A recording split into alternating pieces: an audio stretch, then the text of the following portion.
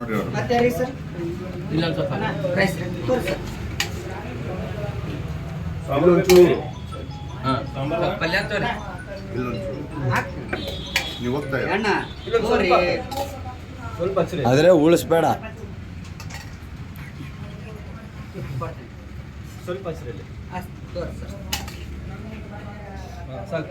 ಈಗೇನು ಸಾಂಬಾರು ಪಲ್ಯ ತಲೆ ಪಲ್ಯ ಪಲ್ಯ ತೋರಿ ಕಾಳು ಪಲ್ಯ ಸ್ಯಾಟೇಜ್ ಐತ್ರಿ ಸಾಂಬಾರು ತೊಗೊಂಡ್ಬಿಡ್ತೀನಿ. ಹಾಂ ನಿಮ್ಮಿಷ್ಟ ಏನು ಬೇಕಾಗ್ತಾರೆ ಸಾಂಬಾರು ತೊಗೊಂಡ್ಬಿಡ್ತೀನಿ. ಪಲ್ಯ ಸ್ಯಾಟೇಜ್ ಐತ್ರಿ. ನೋಡ್ರಿ ಏನೋ ಮಾಡ್ರಿ ಬೇಡ. ಸ್ವಲ್ಪ ಸಾಂಬಾರು ತೊಂಬರ್ರಿ. ಚಲೋ ಹಚ್ತೀರ ಬರ್ರಿ. ಗೊತ್ತೈತೆ ದಿವಸ ಹೆಂಗೆ ಬರ್ತೀರ ಮತ್ತೆ ಬೇರೆ ಏನು ಬೇಕ್ರಿ? ಅಣ್ಣ ಅಣ್ಣ